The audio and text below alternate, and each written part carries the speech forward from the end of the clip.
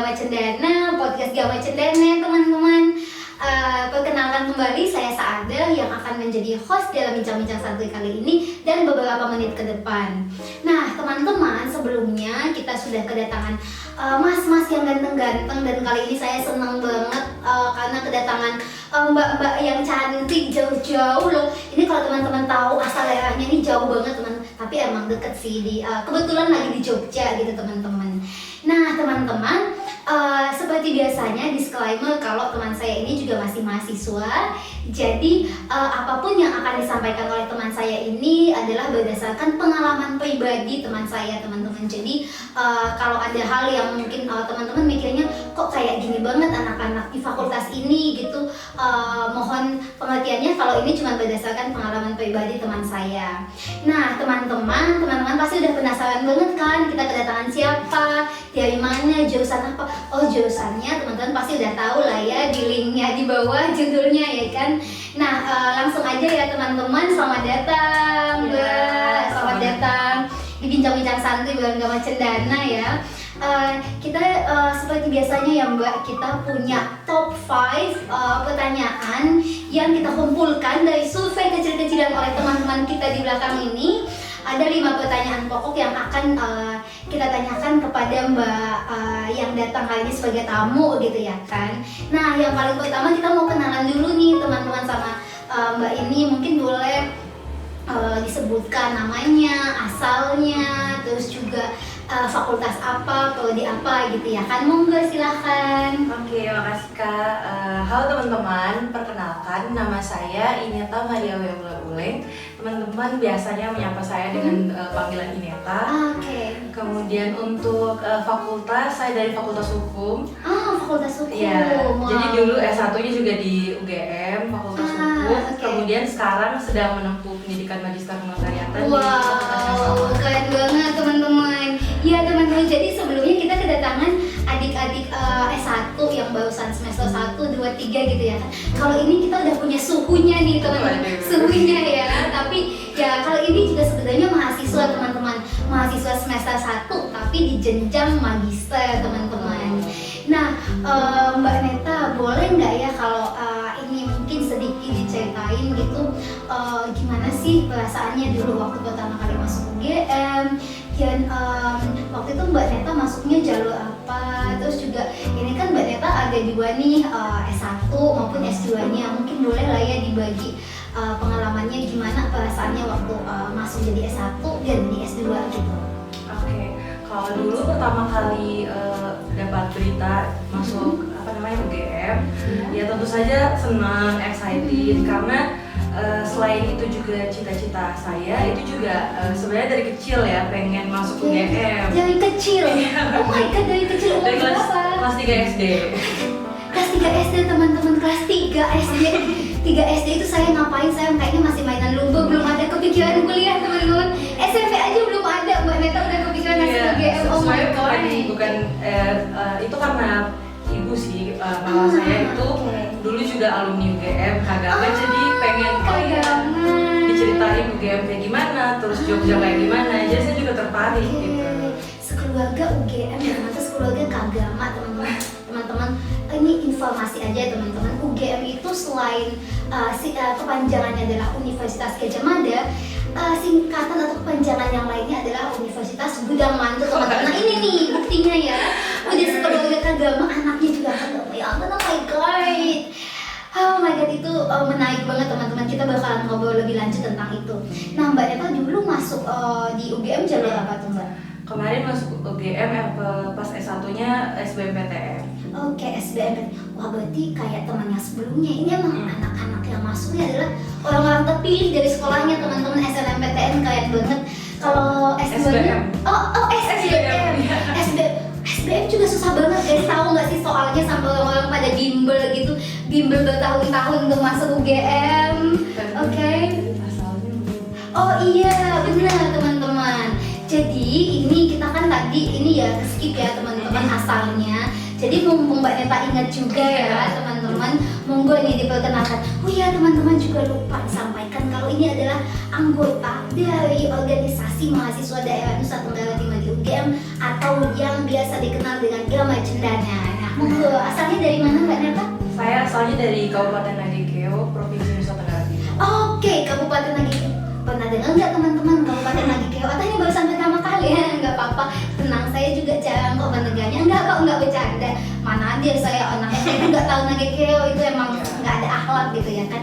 Oh iya, Kabupaten Nagekeo. Kabupaten Nagekeo ini kabupaten baru nggak sih? Iya benar, Mbak? Kabupaten Oke. baru 2004 atau 2005 kalau nggak salah. Oke, itu ya teman-teman kabupaten baru. Jadi teman-teman yang ada di Nagekeo, hai, kita punya teman jauh-jauh dari Nagekeo gitu ya kan.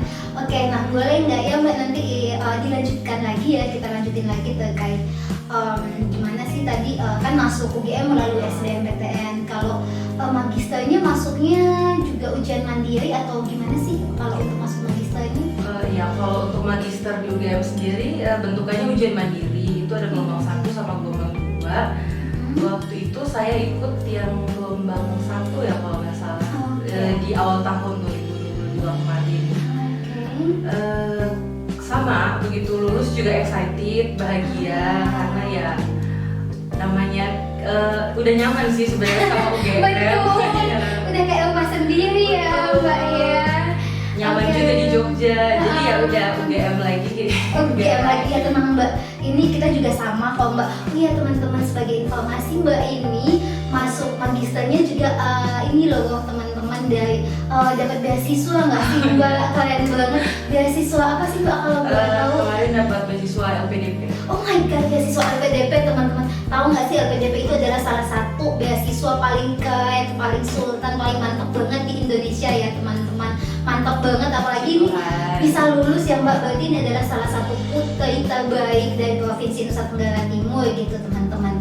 Nah Mbak Neta, kalau dulu waktu di S1-nya gimana tuh Mbak perasaannya ketika pertama kali masuk dan khususnya di semester awal gitu ya kan? Kalau teman-teman kan ada yang bilang kayak di awal tuh pressure-nya lumayan gede. Kalau Mbak Neta sendiri rasanya gimana? Ya sebenarnya sama sih sama teman-teman yang lain karena ini culture shock, banyak hal gitu yang baru kita temui di Jawa karena dulu waktu zaman sekolah di Flores dan kemudian kuliah ke Jawa itu banyak hal yang maksudnya kita butuh effort buat belajar lebih lagi. Misalnya dari teknologi sendiri itu saya baru pakai Line, contohnya baru pakai Line itu waktu kuliah. Kayak dulu di Flores nggak ada yang pakai Line. Sama Ya. saya juga gitu kok Mbak ya, betul. Terus kayak teman-temannya juga, teman-teman di UGM itu FYI sangat ambisius gitu. Oh my god. Maksudnya ambisius dalam arti positif ya, mereka punya dari awal masuk tuh udah punya tekad, udah punya rencana kayak kedepannya kayak gimana, mau jadi apa. Sedangkan kita apa ya, maksudnya ya punya rencana kedepannya tapi tidak sematang itu gitu. Jadi benar-benar tertata.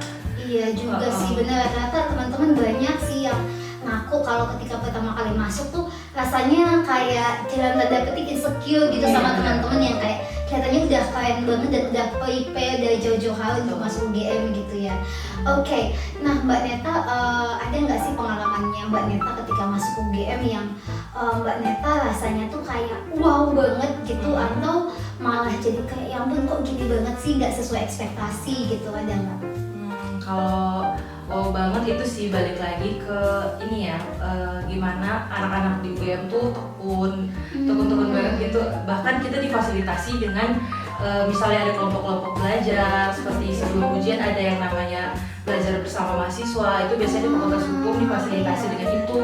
Kemudian ada berbagai organisasi, kemudian perlombaan. Dan kalau misalnya kalau dulu saya untuk organisasi kurang begitu terlibat, tapi untuk perlombaan sendiri saya dulu sempat aktif di Peradilan Semu, itu lomba di itu apa namanya Fakultas Hukum, biasanya ada lomba Peradilan Semu.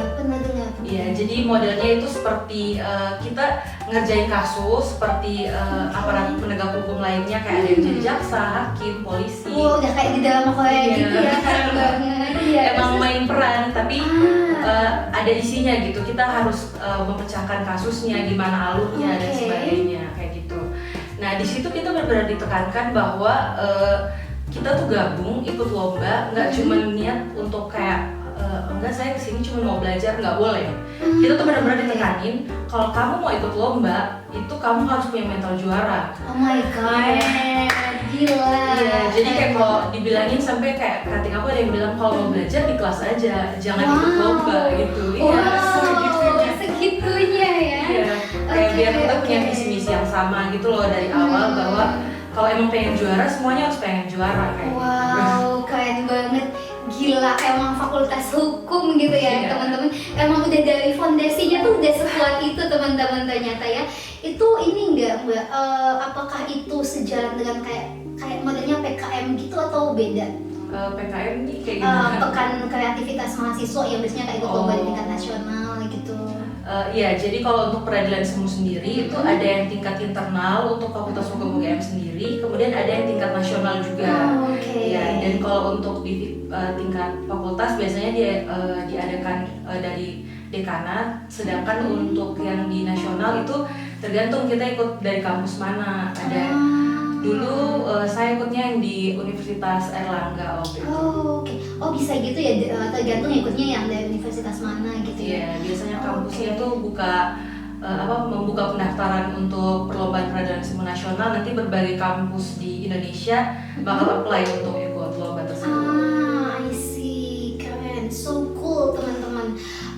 Terus Mbak Neta, kalau sejauh ini apalagi mungkin di sini Mbak Neta udah punya pengalaman yang lumayan ya dari S1 terus ini masuk S2 meskipun masih mahasiswa baru gitu ya kan. Ada nggak sih Mbak Neta kalau pengalamannya mata kuliah yang susah banget gitu menurut Mbak Neta, atau yang kayak mungkin malah mudah banget menurut Mbak Neta atau paling Mbak Neta suka gitu? Kalau mata kuliahnya yang sulit ya, saya tadi kan bahasnya S1, ini S2. Oke, boleh. Waktu di Magister Notariat itu sebenarnya kita mata kuliahnya lebih berfokus pada profesi kita nanti, jadi notaris atau PPAT nantinya. Jadi ya mata kuliahnya sebenarnya dasarnya sama seperti S1, kayak kita bicara soal perjanjian, jaminan, teori-teori hukum segala macam. Tapi ada satu mata kuliah hukum pengurusan dan pendaftaran tanah, itu basic banget dan emang notaris dan PPAT itu harus tahu. Sebenarnya itu menyenangkan, cuman saya dapat dosen yang killer, dalam tanda petik killer. Tapi beliau benar-benar mendidik dan memacu kita buat belajar. Karena di situ kita benar-benar ditekanin, kamu itu besok-besok cita-citanya jadi notaris dan PPAT. Kayak kamu harus tahu tentang pertanahan dan kayak maksudnya nggak bisa, ini basic banget dan kamu harus paham gitu. Jadi kita tuh terpacu untuk belajar menyesuaikan dengan standar beliau seperti itu. Iya. Apalagi kalau di Indonesia tuh kasus tanah tuh banyak banget ya Mbak Neta ya, gusur di mana-mana gitu ya kan Mbak. Itu berarti tentang tanah gitu ya? Apa sih berarti sebutannya? Hukum pengurusan dan pendaftaran tanah. Hukum pengurusan dan pendaftaran tanah, teman-teman. Saya dengarnya aja tuh kayak otaknya tuh udah nggak bisa mikir teman-teman. Emang nggak ada ini sama sekali di passion sama sekali di hukum ya teman-teman. Mikirnya aja tuh udah pusing. Mbak Neta nih keren banget teman-teman. Nah, Mbak Neta kalau sejauh ini Mbak Neta berarti kayaknya nih udah tergambar gitu ya Mbak Neta setelah ini mau kemana, mau ngapain, mau jadi apa gitu ya kan. Udah berarti ini nanti setelah ini fokusnya jadi notaris berarti ya Mbak ya. Semoga ya kedepannya rencananya sih itu mau jadi notaris PPAT, kemudian pingin ini sih sebagai seorang perempuan ya. Untuk skala awalnya saya pengen di daerah saya tuh nggak ada gitu organisasi untuk anak dan perempuan, perlindungan anak dan perempuan.